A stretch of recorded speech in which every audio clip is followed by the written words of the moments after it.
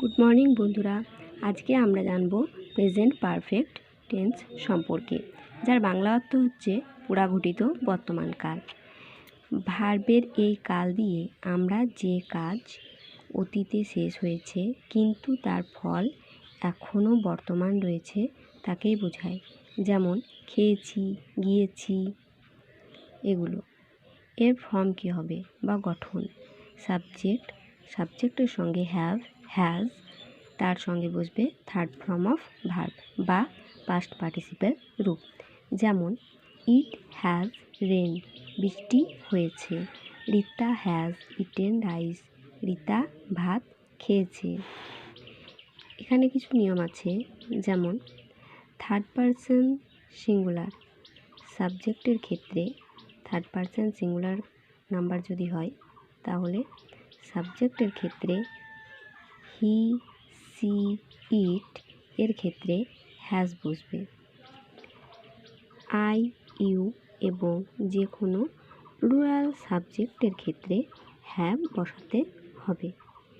তাহলে যদি third person কোনো নাম হয়, রীতা, মিতা, গীতা, রাম, শ্যাম, যেই হোক, তারপরে বসবে হ্যাজ। হি, সি, ইট এরপর বসবে হ্যাজ। আই, ইউ আর যে কোনো প্লুরাল নাম্বারের ক্ষেত্রে বসবে হ্যাভ। যেমন দে, উই এগুলোর ক্ষেত্রে বসবে হ্যাভ।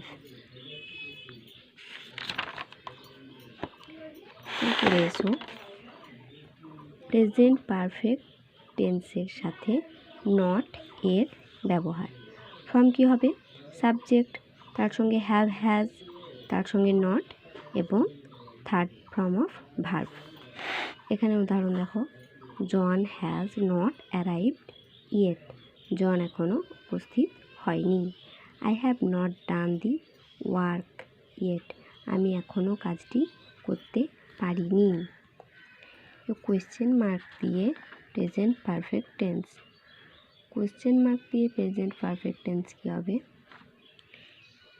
হ্যাভ, হ্যাজ, তারপরে বসবে সাবজেক্ট, তারপর বসবে থার্ড ফর্ম অফ ভার্ব, শেষে জিজ্ঞাসা চিহ্ন। যেমন হ্যাজ রহিম প্লেড ওয়েল, রহিম কি ভালো খেলে? Have Rima made the doll, Rima কি পুতুলটি তৈরি করেছে?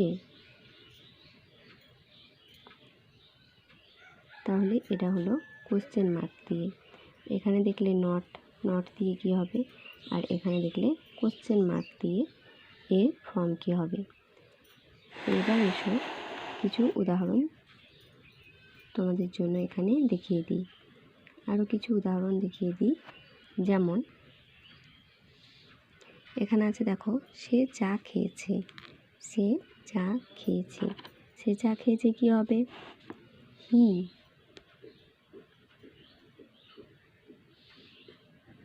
হি এরপরে কি বসবে বললাম? Has. He third person, he has চা খেয়েছে, তাহলে কি হবে? টেক, টুক, টেকেন, তাহলে আমাদের এখানে বসাতে হবে টেকেন। টেকেন, চা ইংরেজি হচ্ছে টি। He has taken tea. আমি এখন আসিয়াছি, আমি এখন আসিয়াছি কী হবে? আই। আমি সাবজেক্ট হলো, আয়ের পরে বসবে হ্যাভ, আয়ের পরে হ্যাভ বসে তাই হ্যাভ বসালাম। তারপর হচ্ছে কাম, কেম, কাম, তাহলে এখানে থার্ড ফর্ম বসবে কাম। তারপর বসবে এখন, তাহলে এখানে হবে নাও। আই হ্যাভ কাম নাও, আমি এখন আসিয়াছি। মেয়েটি মিথ্যা বলিয়াছে, মেয়েটি কী করিয়াছে? মিথ্যা বলিয়াছে, বা মেয়েটি মিথ্যা বলেছে। মেয়েটি মিথ্যা বলেছে কী হবে?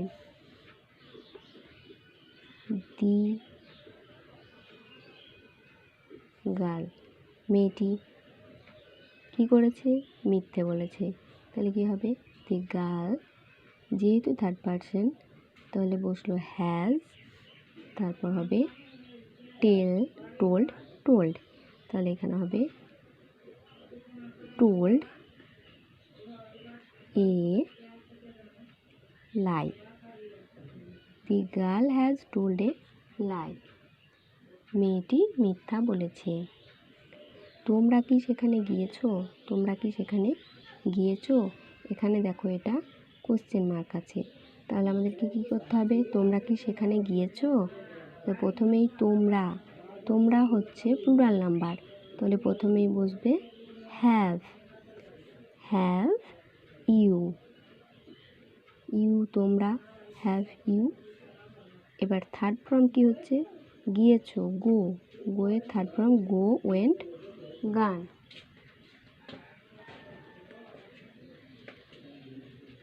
গান, দেয়ার। তোমরা কি সেখানে গিয়েছো? তারপর তাহারা কাজটি শেষ করেনি। তাহারা কাজটি কি করেনি? শেষ করেনি। নেগেটিভ সেন্টেন্সে দে, দে হচ্ছে প্লুরাল নাম্বার, তাহলে হবে have. They have not. They have not. তারা করেনি, কি করেনি? কাজটি শেষ করেনি। এবার হবে ফিনিশ। ফিনিশের কি হয়? Finish, finished, finished. তাহলে finished. Finished the work. They have not finished the work. তারা কাজটি শেষ করেনি। তাহলে তোমরা দেখলে প্রেজেন্ট পারফেক্ট টেন্সের গঠন।